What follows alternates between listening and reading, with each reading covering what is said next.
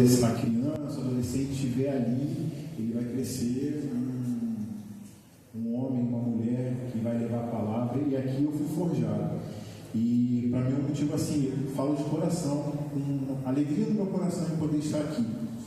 E a segunda vez que eu estou aqui hoje falando desse tema tão importante, a primeira vez, acho que foi a primeira vez que eu falei sobre o assunto, foi na IBF. Os irmãos podem sentar. Obrigado. Falei aqui na IBF e agora é a segunda vez. Para quem não me conhece, sou o Fábio, minha esposa Lídia está aqui com a gente, o Heitor está lá em cima. E nós, a gente pertence hoje, né, à Igreja Presbiteriana, lá em Tingui. A gente está morando em Campo Grande há um ano. Às vezes Deus faz umas coisas assim com a gente e foi um ano assim de muita mudança. E a gente está naquela fase de adaptação e hoje a gente está lá congregando com o meu cunhado, ele é pastor, minha cunhada, e a gente está lá servindo, né? E queria agradecer ao pastor, mais uma vez, o pastor Cláudio, o pastor Gustavo, pela oportunidade de poder estar falando de um assunto tão importante que hoje, esse mês, né, está sendo tratado, o mês laranja, que é o mês da prevenção, né, o combate à prevenção ao abuso e exploração sexual infantil. O tema que foi passado foi Igreja em Defesa da Criança, combate ao abuso e à exploração sexual infantil. Eu gostaria de compartilhar aqui com os irmãos Provérbios, se os irmãos puderem abrir, Provérbios 31. Provérbios 31, 8 e 9. A minha versão, eu particularmente não gosto muito dessa versão não, mas para a ocasião achei que casou bem legal. Essa versão aqui é diferente, me veio. Provérbios 31, capítulo 31, versículo 8 e 9. Vou ler aqui. Erga a voz em favor dos que não podem defender-se, seja o defensor de todos os desamparados. Erga a voz e julgue com justiça, defenda os direitos dos pobres e dos necessitados. Igreja em defesa da criança. Igreja, um local de acolhimento, segurança, proteção, alimento, né? A gente vem se alimentar da palavra de Deus, local de cura, local onde se defende o valor da família e da vida. A gente precisa criar um ambiente, um espaço de segurança para as nossas crianças. E hoje a Escola Dominical, né, junto com o Ministério Infantil, está criando esse espaço de segurança, né, onde a gente está trazendo informação tanto para as crianças lá no espaço dela e aqui para os pais. Às vezes a gente acha que é um assunto que a gente é importante, mas não precisa, porque a gente mexe em feridas, né, quando a gente fala de abuso sexual. A palavra abuso sexual é muito forte, soa muito forte, né? A gente acha que isso é bobeira, não é tão relevante, é importante, mas vamos deixar de lado, e não é.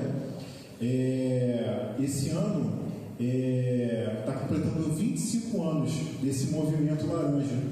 Eu vou interagir com vocês aqui no slide, que aí para mim fica mais fácil. Aqui, ó. O Maio Laranja, né? Então, esse ano a gente está completando 25 anos de movimento. Em 2000 foi aprovada uma lei federal onde instituiu 18 de maio como Dia Nacional de Combate ao Abuso e Exploração Sexual de Crianças e Adolescentes. Então, às vezes, o movimento só fica mesmo restrito ao mês de maio. Mas, na verdade, como o mês de abril, né, que é o mês de conscientização, informação ao autismo, não tem que ficar limitado somente ao mês de abril. Mas é importante a gente ter prevenção ao câncer de mama, ao câncer de próstata, a saúde mental, que é o mês de setembro, mas a gente precisa trabalhar esse movimento todos os meses, entendeu? A prevenção é importante a gente trabalhar todos os meses. Então, como eu falei aqui, falar de violência e abuso sexual é mexer em parte da nossa vida. Pode ser que aqui entre nós uma pessoa tenha vivenciado uma violência sexual. É uma doença silenciosa, é uma situação muitas das vezes silenciosa. Muitas pessoas, uns falam, né, não tem a vergonha de falar, mas muitos também se calam por vergonha, né, por não querer se expor. Então, assim, no meio de nós, com certeza, deve ter uma pessoa que tenha vivenciado, infelizmente, tenha vivenciado algum tipo de violência, algum tipo de abuso. E a gente poder falar isso na igreja é muito importante, porque às vezes, como a gente não tem coragem de falar com alguém, pedir ajuda, através de uma simples informação, a gente, né, traz à luz. Eu posso fazer isso, posso fazer aquilo outro, mesmo que não vai ajudar a minha situação, mas eu posso ajudar, né? Uma criança, um filho, um sobrinho, enfim. É um tabu, né? E principalmente trabalhar esse assunto dentro da igreja. Muitos evitam tocar no assunto, mas é inevitável. Falar de abuso é tocar em feridas, de quem já sofreu o abuso, do agente do abuso, né, da pessoa que cometeu o abuso, e até mesmo de quem não quer falar do assunto. Então a gente precisa sim mexer nessa ferida, a gente precisa falar sim, porque é muito importante para as nossas crianças, principalmente que a gente aqui na igreja tem muitas crianças, não só na igreja, na vizinhança, enfim. Vamos lá. Vou falar aqui um pouco da estatística.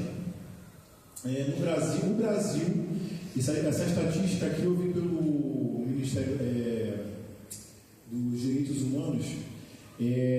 Essa pesquisa foi desse ano. O Brasil ocupa um ranking da 5ª posição. Nós saímos da 27ª e caímos para a 5ª posição. Entre os países que aumentou o número de denúncias ao abuso. Por isso que é importante a gente falar desse assunto e a gente divulgar os canais de denúncia, justamente para a gente aumentar esse número de denúncia, não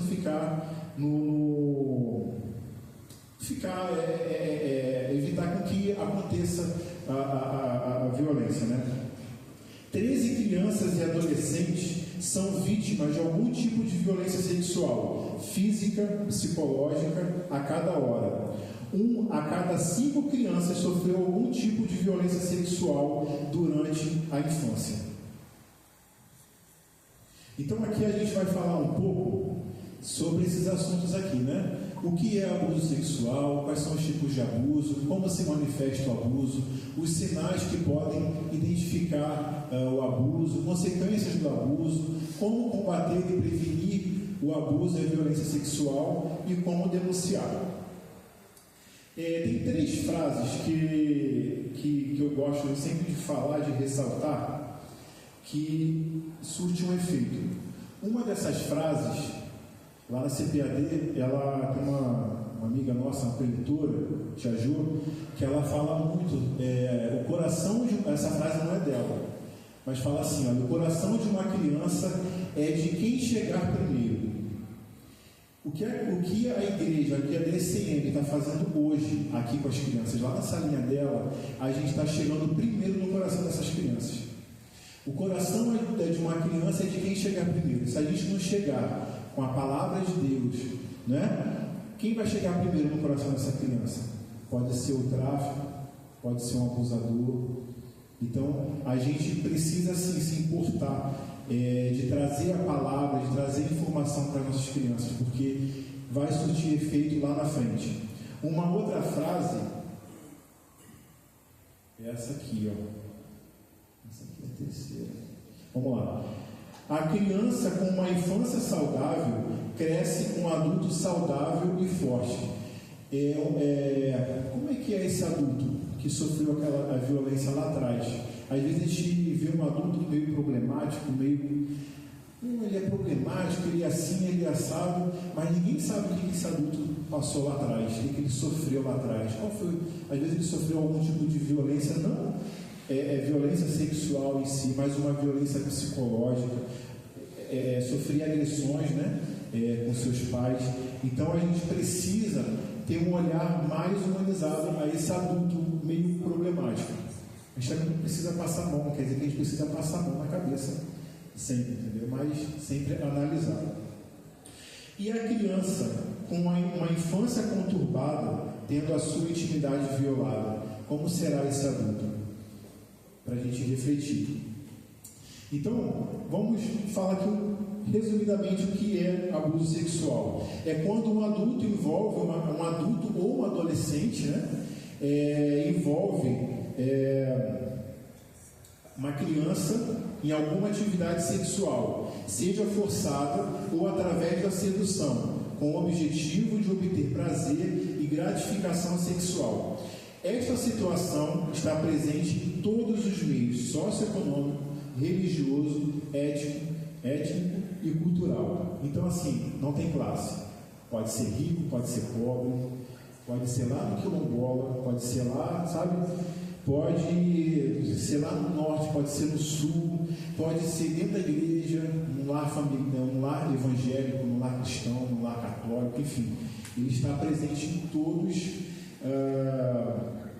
em qualquer situação, em todos os meios. O que é pedofilia? Eu não vou me ater muito aqui não, porque abre uma discussão e não estou aqui para discutir sobre o assunto, porque eu não sou especialista no assunto. O que é pedofilia? Pedofilia é um transtorno psiquiátrico. Irmãos, por mais que a gente não aceite, qual é a nossa condenação? Assim, a gente que é pai, a gente quer matar.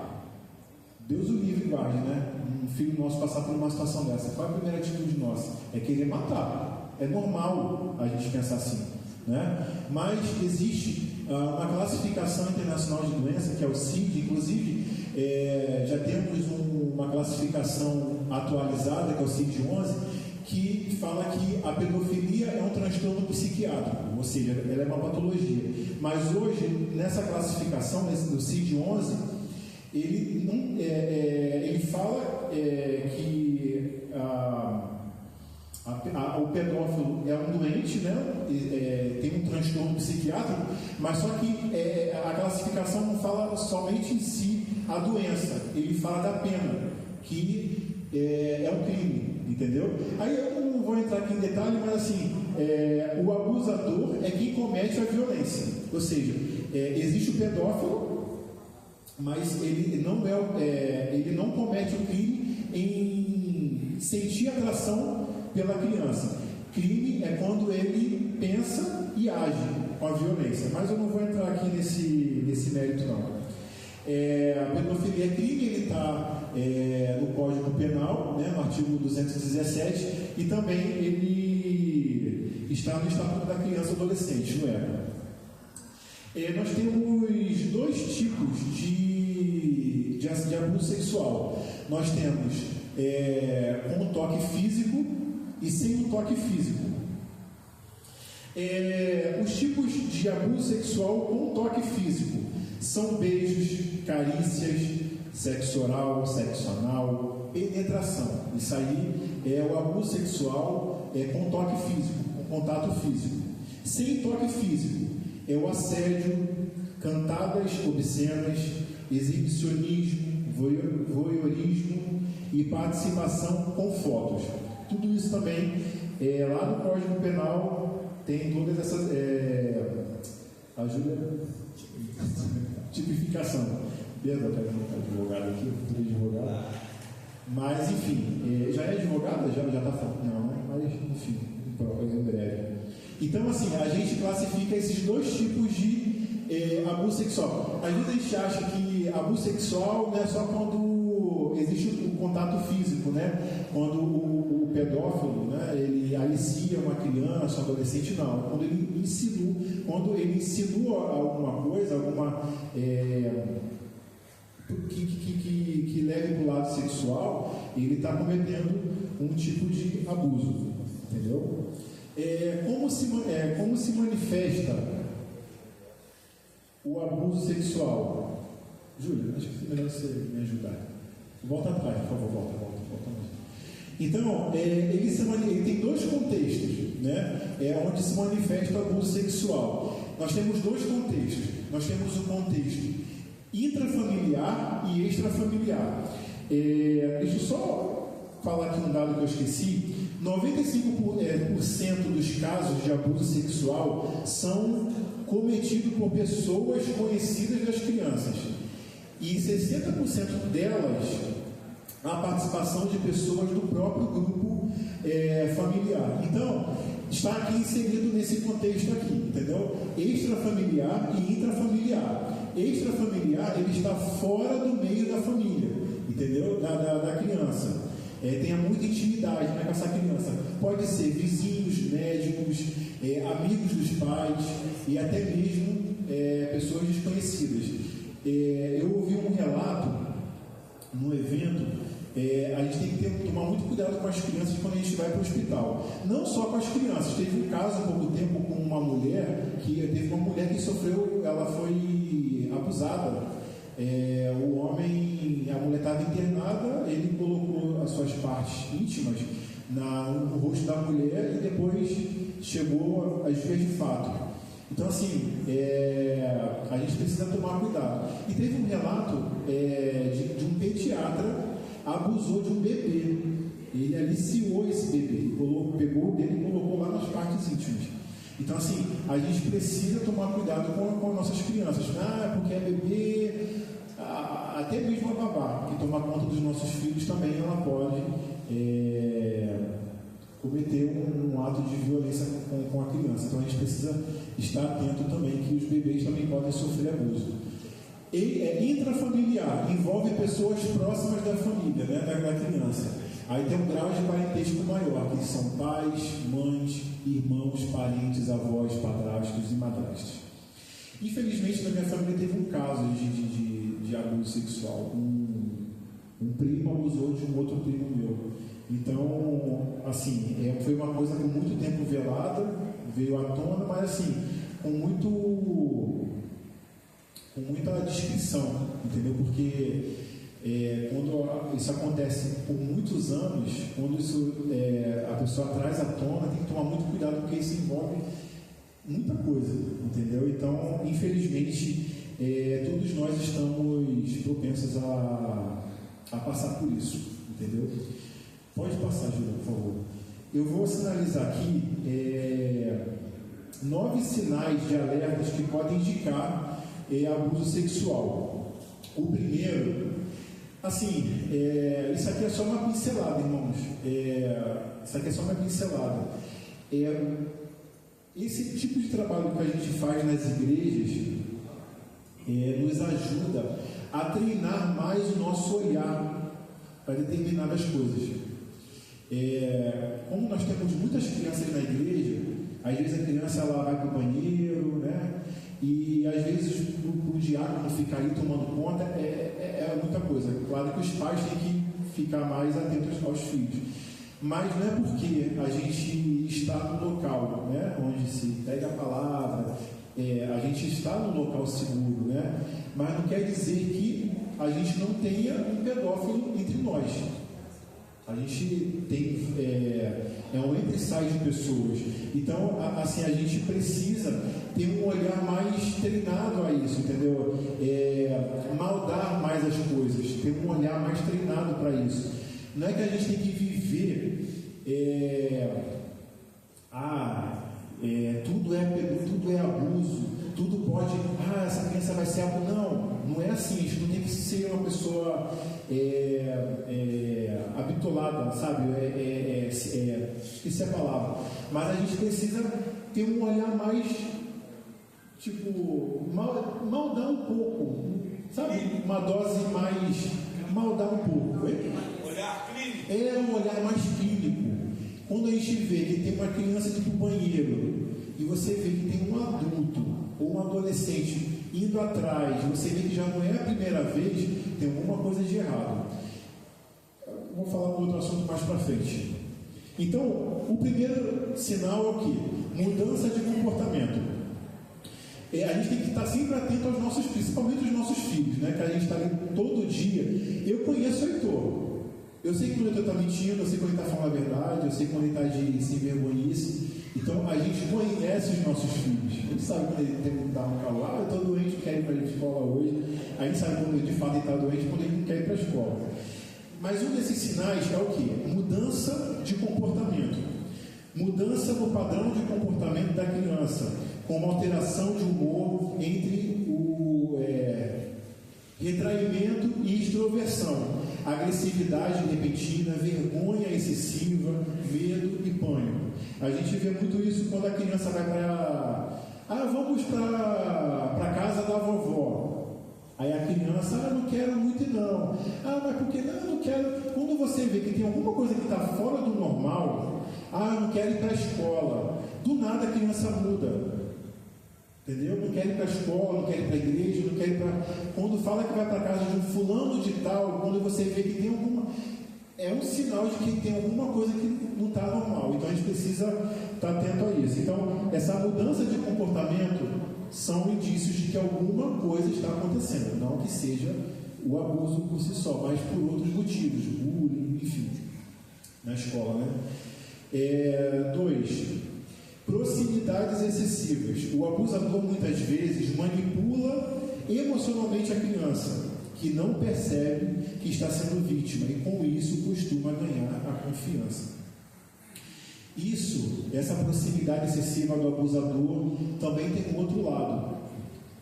Tem muita criança, ainda mais falam muito sobre isso. Tem crianças que desde as crianças desde pequenas estão acostumadas a vivenciar um abuso, vamos supor, 4, 5, 6 anos.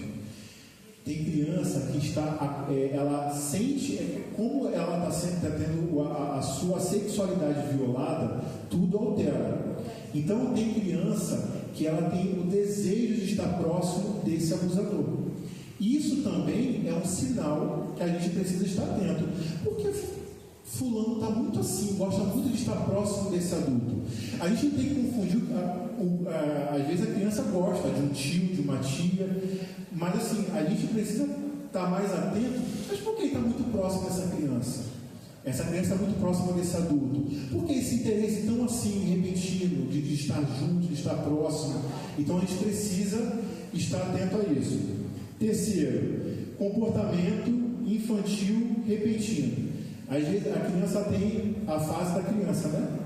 Ela tem o período dela lá e às vezes ela regride. Isso é um dos sinais, porque essa criança do nada voltou a ter comportamentos infantis. Vou ler aqui. Se a criança ou adolescente voltar a ter comportamento infantil, os quais já abandonou anteriormente, é um indicativo de que algo esteja errado. Quarto, silêncio predominante. É essencial explicar à criança que nenhum adulto ou criança mais velha deve manter segredos com ela que não possam ser compartilhadas com pessoas de confiança, como pai, mãe, por exemplo. Criança não tem que ter segredo. A gente tem que sempre falar isso com nossos filhos. Você não tem segredo. Até às vezes a gente fala que tem segredo bom e segredo ruim, mas na verdade a gente não tem que falar essa palavrinha segredo. Às vezes a gente fala para a criança assim: olha, vamos fazer uma festa surpresa para a mamãe, mas vamos fazer esse período que a gente vai fazer, vai preparar as coisas, vamos manter um certo segredo e tal. Mas só que aí você tem que explicar: olha, segredo não é legal, você não tem que ter segredo com o papai, com a mamãe, com ninguém. Mas só que esse é um motivo especial porque a gente quer fazer uma festa surpresa. Agora, o que a gente tem que incentivar os nossos filhos é não ter segredos. Porque a partir do momento que essa criança ela guarda certos segredos com determinados adultos ou adolescentes mais velhos, é porque, olha, eu vou dar isso aqui para você, essa balinha, começa assim, tipo do sorrateiro. Damares, ela fala também muito sobre isso, que existe uma artimanha de Satanás. Ele tem tudo estratégico, ele sabe como abordar essa criança. O diabo ele não vai se apresentar, né? Eu sou o diabo, senão ele vai assustar qualquer um. Então ele vem sorrateiramente, o pedófilo, né, ele vai dar uma bala. Olha, eu vou te dar uma balinha aqui agora, mas não conta para ninguém que eu dei essa bala não. Aí começa com uma bala, aí depois pega no colo, coloca no colo. Ó, eu coloquei você aqui no colo, mas ó, não conta para ninguém que eu coloquei você no colo não. Isso aí, entre outras coisas. Próximo, quinto, mudanças de hábitos súbitas. Uma criança vítima de violência, abuso ou exploração infantil apresenta alterações de hábitos repentinos, sono, falta de concentração, aparência descuidada, entre outros, são indicativos de que algo está errado. Sexto, comportamentos sexuais. Crianças apresentam interesse por questões sexuais ou que façam brincadeiras de cunho sexual e usam palavras ou desenhos que se referem a partes íntimas, podem estar indicando alguma situação de abuso. Quando a gente faz alguma atividade com crianças, vamos supor, a gente vai fazer um trabalho com a criança, vamos falar sobre o semáforo da proteção. A gente vai indicar ali o que pode tocar, o que não pode, o que tem que ter atenção. A gente faz uma atividade com essa criança, conta a história e tal, e depois vai para a parte prática.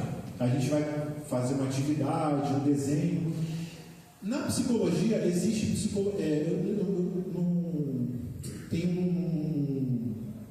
uma abordagem na psicologia que faz um trabalho direto com essa criança, para ver se essa criança está sofrendo algum tipo de violência dentro de casa, qualquer outro lugar. E às vezes nessa atividade, depois de uma contação de história, né, quando a gente vai aplicar com alguma criança, ela dá indicativos através de desenhos. É porque eu esqueci de... Eu tenho lá em casa, depois se vocês quiserem, eu posso até depois passar para o pastor Gustavo, exemplos de desenhos de crianças. Então ela coloca o desenho da parte íntima do homem, o pai, a mãe, a criança, o pai grandão com a parte genital dele grandão. Então assim, são esses indicativos que a criança dá de que está sofrendo alguma violência sexual. Outra coisa, quando a gente vai falar de prevenção, quando a gente descobre que essa criança, vamos supor, a gente tem uma atividade aqui na escola, na igreja, ou na escola, qualquer outro lugar, que a criança está tendo algum indicativo que essa criança está sofrendo algum tipo de violência, a gente tem a responsabilidade por essa criança. A partir do momento que a gente ouve que essa criança está sofrendo algum tipo de violência, a gente precisa comunicar o responsável e precisa, de fato, fazer a denúncia. Isso é de extrema... Assim, é delicado a gente entrar em certas questões, mas a partir do momento que a gente sabe que essa criança está sofrendo algum tipo de violência, está dando indicativos, a gente precisa fazer o comunicado junto ao conselho tutelar. Entendeu? Vamos ao sétimo sinal. Traumatismos físicos. Os vestígios mais óbvios de violência sexual em menores de idade são questões físicas, como marcas de agressão, doenças sexualmente transmissíveis e gravidez. A gente, mais uma vez, precisa estar atento ao corpo da criança, não só por alguma agressão sexual, mas até mesmo de doença. Existem doenças hematológicas que manchas na pele indicam que está com alguma doença. Essa semana mesmo eu vi o Heitor com uma mancha a gente que tem nossos filhos, a gente sabe, né? Eu vi que o Heitor estava com uma mancha diferente na mão. Aí eu perguntei, Heitor, que mancha é essa? Aí não aconteceu nada não. Heitor, aí já sabe quem está mentindo. Heitor, aí de tanta... Aí ele vai, não é porque eu peguei o desodorante, o aerosol, e ele espirrou apertou na mão dele e machucou.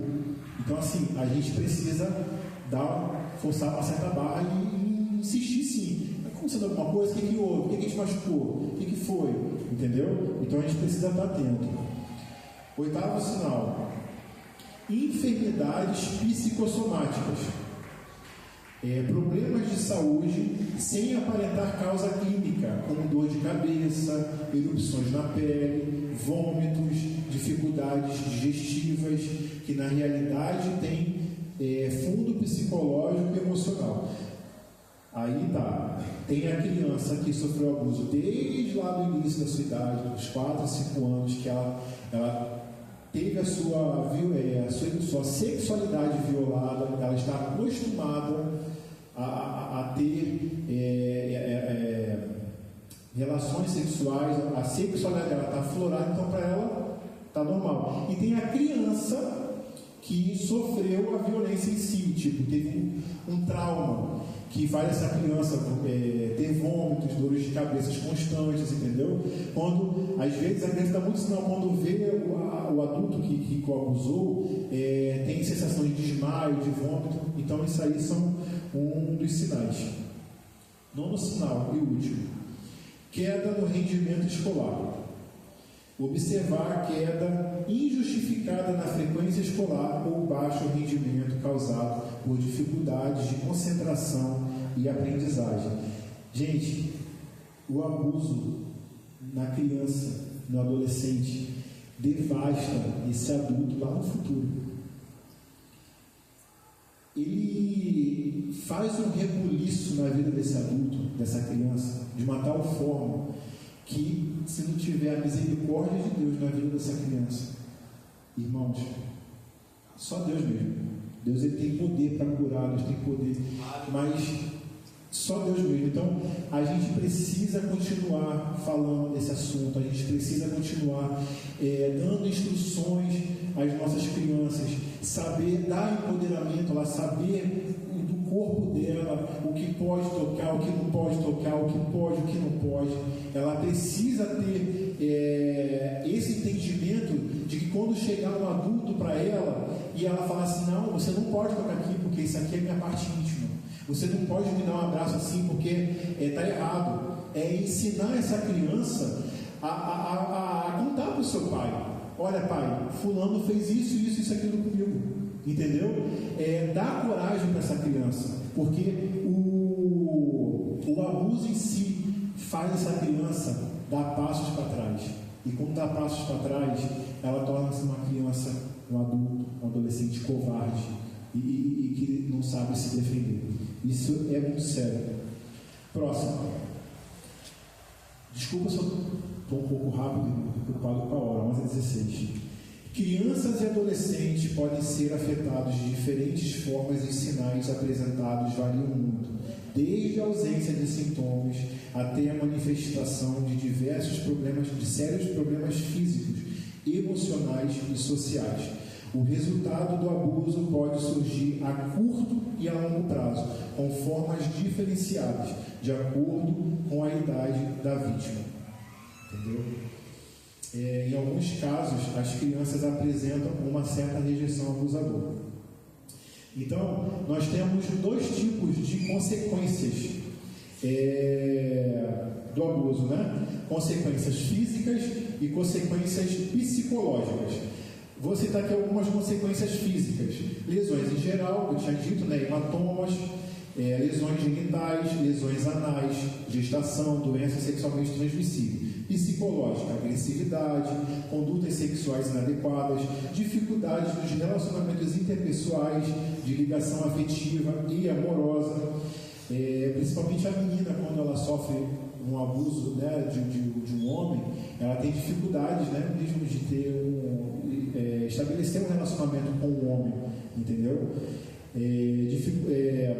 Dificuldades escolares, distúrbios alimentares, distúrbios afetivos, apatia, depressão, desinteresse pelas brincadeiras, crise de choro, sentimentos de culpa, vergonha, autodesvalorização, falta de estima, dificuldades de adaptação e muito mais.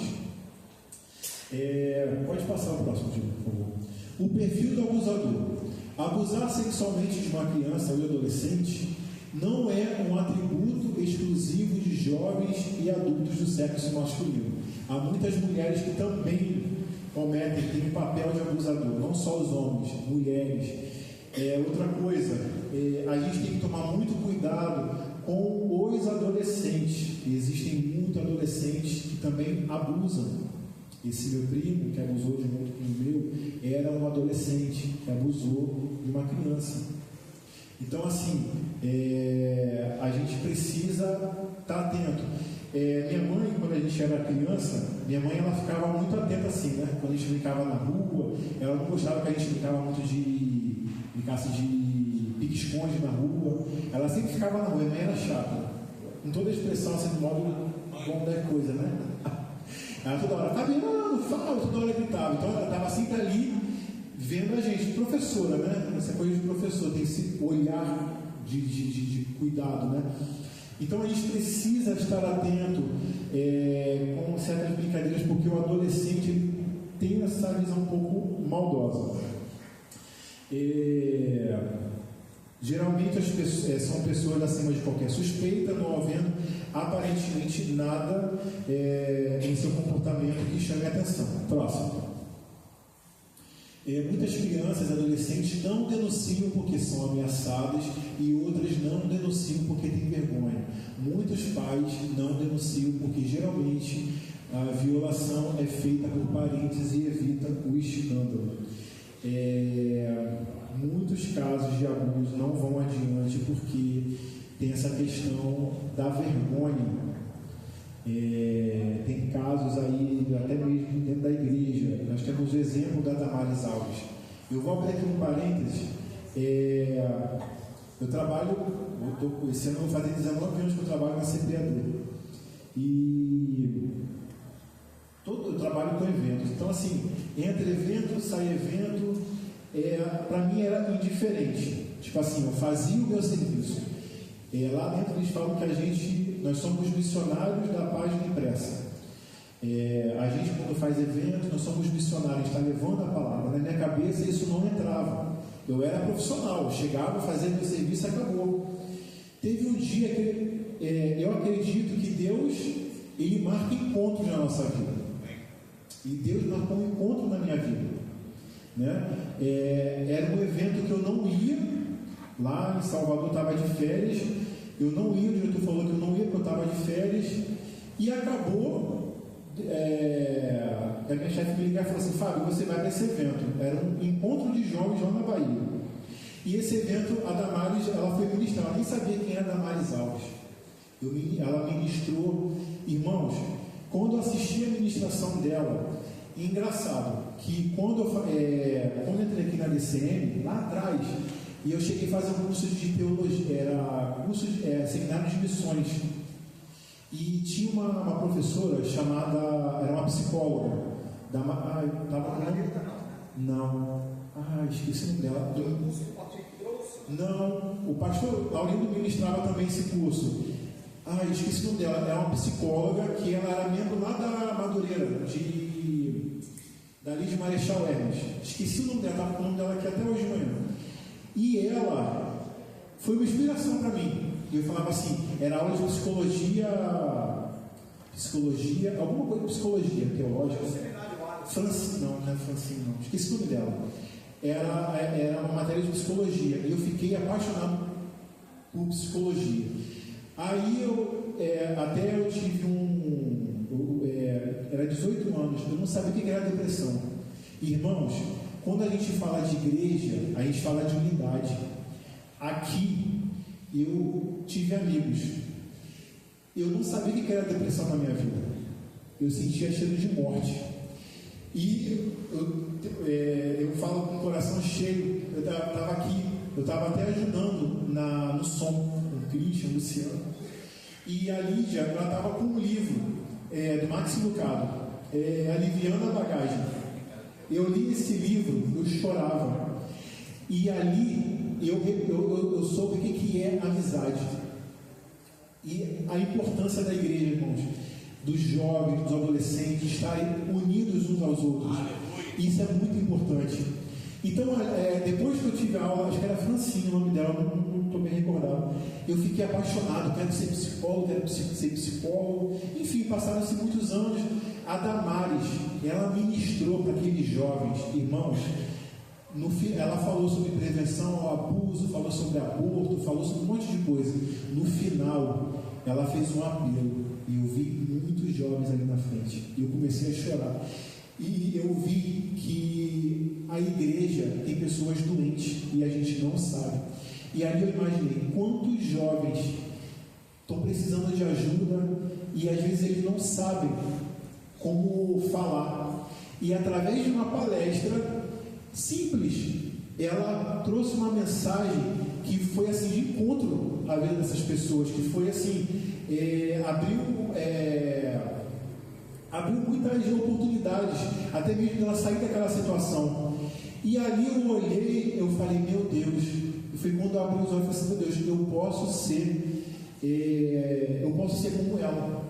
E no final do evento, eu fui lá falar com ela, aí meio que eu dei uma carteirada, eu falei assim, eu sou da CPAD, acho que às vezes só assim a gente consegue fazer algumas coisas, né? Eu sou da CPAD, trabalho em eventos, eu queria muito conversar com a irmã. Aí ela falou assim, eu estou indo ao jantar agora, se você quiser se encontrar comigo lá no jantar. Eu fiquei 1h30 com ela. Irmãos, aquele ano para mim foi um divisor de águas. E ela falou assim para mim, Fábio, você pode ser um agente da prevenção. Você pode ser um agente para um adolescente, você pode ser um agente para um jovem. A partir de hoje, a igreja precisa de você. E ali eu tomei para mim, irmãos, de uma tal forma, e minha vida mudou. Eu passei a enxergar os eventos da CPD de uma outra forma, de uma outra ótica. E hoje eu estou aqui, irmãos, às vezes com medo, sabe, tremendo de medo, com temor, mas eu vou, porque se eu tiver uma pessoa que for alcançada, para mim já é o suficiente. E humildemente, eu estava falando sobre humildade, humildemente, eu sou um canal de Deus e falo, Senhor, faça de mim o que o Senhor quiser. Usa a minha boca da forma que o Senhor quiser, que não seja eu, mas que seja o Senhor. E que vocês sejam alcançados de uma certa forma. Então, irmãos, a gente precisa ser um agente da proteção. Entrei nesse assunto, até esqueci que eu estava falando, irmãos. Pode passar o slide. Como combater e prevenir. Crianças não mantêm segredos, como eu disse antes, né, com adultos ou crianças mais velhas. Tudo precisa ser compartilhado com seus pais e responsáveis. Aí agora vamos um pouco para a parte mais prática, né, como combater e prevenir o abuso sexual na infância. Uma dessas prevenções é o que está acontecendo lá em cima com as crianças. E elas estão sendo ministradas. Então, uma criança hoje, ela vai... Uma coisa que quando a gente trabalhava com os adolescentes aqui, quando a Lídia dava aula para os adolescentes, eu falava muito isso para eles, que, das vezes que eu tinha oportunidade, eu falava que o que a gente aprende aqui, às vezes não está valendo para a gente, mas eu posso ajudar um colega meu. Quando eu falo de depressão, quando eu falo de prevenção ao suicídio, às vezes eu não estou falando para mim, entendeu? Para esse adolescente, mas eu estou falando para você ajudar uma outra pessoa. A gente precisa ser esse agente, a gente precisa ajudar pessoas, entendeu? Então, esse é uma das formas de combater, de prevenir. Então, lá em cima, as crianças estão tendo esse momento, né, de combate à prevenção, elas estão sendo ensinadas, estão sendo forjadas, e a gente aqui como pais e responsáveis. Pode passar, Júlio, por favor. Aí vamos lá. Converse com seu filho sobre o assunto. É sempre importante a gente falar com os nossos filhos. Olha, a gente teve sempre uma comunicação aberta com o Heitor sobre esse assunto. Desde quando ele era pequeno, menorzinho, né? E a gente falava, na escola, se alguém quiser tocar na sua parte, você fala que não pode. Só quem pode tocar é o papai, a mamãe e a vovó. A gente não falava nem vovô, a vovó. Era a vovó Maria e a vovó Nicéia. Eram só elas que poderiam tocar. Então, assim, fala sobre esse assunto com a criança. A gente não pode criar esse tabu. A gente precisa ter essa comunicação direta com a criança. Ensine seus filhos sobre a privacidade. Ela saber que ela não pode ir no celular gravar, né? mandar nudes, mandar fotos, mandar ensinar sobre privacidade. Envolva-se na vida dos seus filhos, está sempre atento ali, o que ela está fazendo, deixando de fazer, com quem ela está. Esteja presente na atividade online, o que ela está acessando, o que ela está jogando. Ensinar sobre a importância da denúncia, né? Não precisa somente ligar para o Disque 100, né? Denunciar. Pastor, está acontecendo isso, aquilo, outro. Pastor Gustavo. Irmãos, o líder, ele exerce essa função também, essa liderança de poder ouvir, principalmente o líder de jovem, de adolescente. Às vezes ele não tem essa comunicação direta com o seu pai, mas às vezes ele tem essa comunicação direta com o seu líder. Então é uma forma de poder também pedir socorro a esse líder. A importância da liderança também é essa, estreitar essa comunicação, entendeu? Essa confiança. Ensine a reconhecer comportamentos inapropriados. Entendeu? O que ela está fazendo? Irmãos, existe muito hoje no Brasil a sexualização. Quem já ouviu falar sobre sexualização? Né? A cantora aí que se revelou como o melhor do Brasil, do mundo, a Anitta. Aquilo ali é a figura da sexualização. Tem criança que lá atrás, quando tinha na boquinha da garrafa, né, se achava muito engraçada a criança dançar. Isso é uma erotização, é uma sexualização. Você está sexualizando essa criança. Essa criança, quando ela cresce nesse meio, nessa sexualização, nessa erotização, ela pode sofrer abuso sem saber que está sofrendo abuso, porque para ela aquilo ali é normal. Então, a gente precisa estar atento ao que essa criança está ouvindo, o que ela está acessando, o que ela está assistindo. Uma outra observação, a gente tem aqui adolescente. Está acontecendo muito aí hoje em dia, cyberbullying, bullying, estupro virtual. O estupro virtual é o quê? É um adulto que se passa por alguma situação, quando vê, ela está presa. E ela fala, faça isso, tire a roupa, que senão eu vou te enviar. Existe todo um jogo de sedução. Que aí ela manda fotos, ela faz isso, faz aquilo, ela está presa a esse pedófilo. Quando você vê o estupro sexual, se você não tirar a roupa para mim agora em vídeo, eu vou mandar sua foto, eu vou jogar sua foto nas redes sociais, aí vai ser um escândalo, essa criança fica com medo, ela se retrai para não cair escândalo para a família, ela acaba sendo vítima de um estupro sexual. Na própria Globo teve isso retratado numa novela. Uma adolescente viveu uma situação de estupro virtual. Gente, isso é sério. Às vezes a gente só acha que acontece com o vizinho do lado. Não acontece, pode acontecer debaixo do nosso nariz, a gente nem sabe, entendeu? Uma coisa também muito legal de se trabalhar com a criança, pode passar, trabalhar a educação sexual sem estimular essa criança. Trabalhar a educação sexual, irmãos, não é trabalhar a sexualidade da criança, aflorar a sexualidade. Trabalhar a educação sexual é falar. Daqui a pouco eu vou mostrar para vocês o trabalho que a gente, entendeu? Até mesmo um trabalho que está sendo feito lá em cima, ministrado para as crianças, é um tipo de trabalho de educação sexual. Ela está aprendendo a ter autonomia do seu próprio corpo, entendeu? Trabalhar com recursos lúdicos, jogos, peça teatral, contação de histórias. A gente pode retratar certas situações como bullying, como cyberbullying, como estupro virtual, como abuso sexual, através de uma peça de teatro, né? No culto de jovens, no culto de crianças, enfim. Atividades específicas educativas com adolescentes, como rodas de conversas, debates, entre outras atividades. A gente tem uma gama de atividades que a gente pode promover com a igreja, não só com a igreja, mas em qualquer outro lugar da sociedade, né? No centro comunitário, no condomínio, com a família, na escola. A gente pode criar grupos de debate. Infelizmente, na escola, hoje em dia, é até meio difícil a gente entrar em certos assuntos, mas tem um lugar que a gente consegue fazer esse trabalho com as crianças, entendeu? Então, a gente precisa continuar fazendo esses trabalhos socioeducativos, trabalhar os recursos com as crianças, estreitar essa comunicação com a criança. Então, eu estou com um material aqui. Eu não sou tio de criança, não, irmãos.